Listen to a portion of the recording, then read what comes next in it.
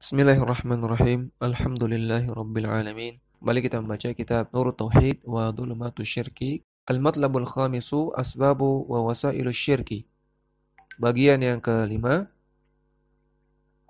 sebab-sebab dan sarana-sarana menuju kesyirikan.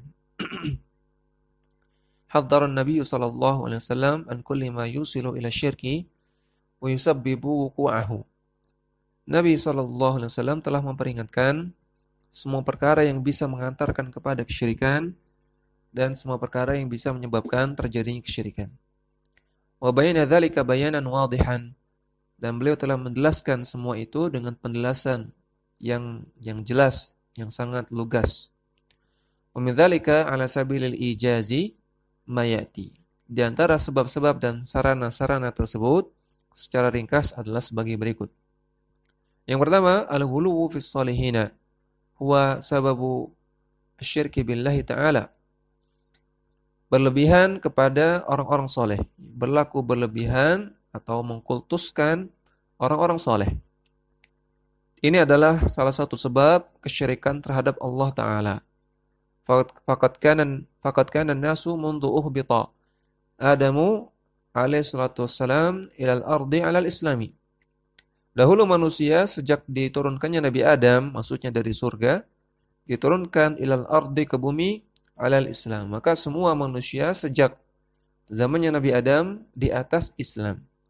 Semuanya beragama Islam, semuanya di atas tauhid, tidak ada kesyirikan. Sebagaimana dalam riwayat berikut ini. Qala Ibnu Abbasin radhiyallahu anhuma. Ibnu Abbas radhiyallahu anhuma mengatakan, Kana baina Adam wa Nuhin asyratu qurunin kulluhum al-Islam. Dahulu antara zaman Nabi Adam dengan zaman Nabi Nuh ada 10 generasi. Dan semuanya di atas Islam, maksudnya semuanya di atas tauhid, tidak ada yang melakukan kesyirikan.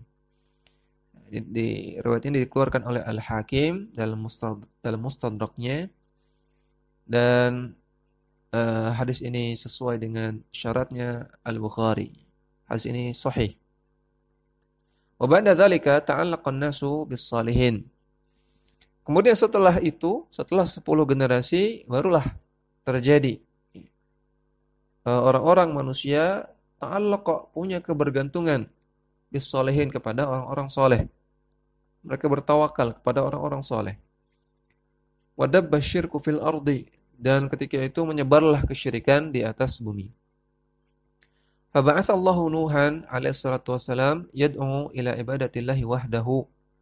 Maka karena terjadi kesyirikan, Allah pun mengutus Nabi Nuh alaihi salatu wassalam untuk mendakwahkan orang agar beribadah kepada Allah semata. Wa yanha an ibadati ma siwahu, dan melarang orang untuk beribadah kepada selain Allah.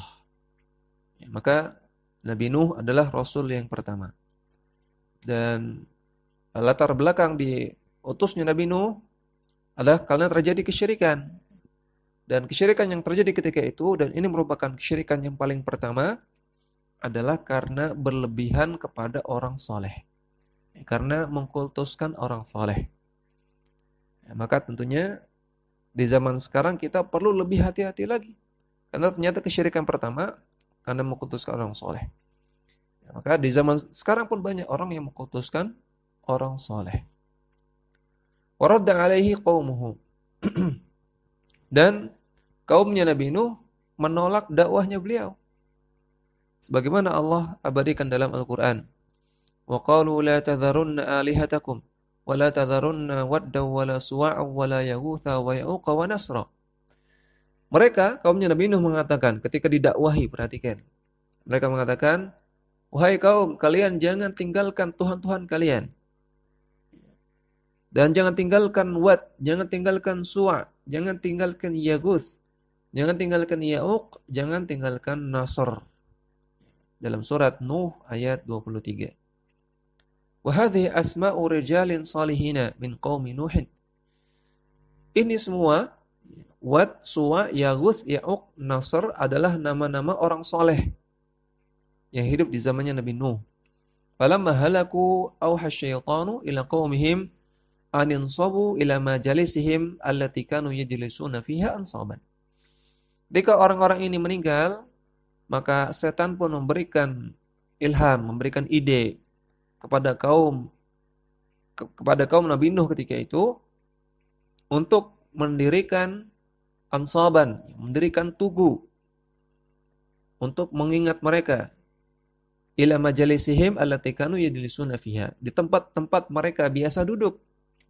Ya, di tempat biasanya si Wad, Suwa, Yaguth, Ya'uq, Nasr duduk di sana membuat majelis. Karena ini orang-orang soleh suka bikin majelis. Maka ketika mereka meninggal, dibuatlah tugu untuk mengenang mereka. Dibikin patung ya, untuk memorial. Wasammuha bi asma'ihim, dan kemudian diberi nama, patung-patung tersebut diberi nama dengan nama-nama mereka.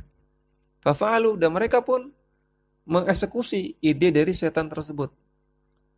Walam tu'bad, dan ketika itu tidak disembah, hanya sekedar memorial. Hatta idza halaka ulaika wa nusiyal ilmu ubidat. Sampai ketika orang-orang yang bangun patung tersebut meninggal, kemudian ilmu dilupakan, ilmu tentang tauhid dilupakan, akhirnya ubidat, akhirnya disembah oleh generasi yang selanjutnya. Ya, ini disebutkan dalam Al-Bukhari dengan syarahnya Fathul Bari. Dakwah semampumu.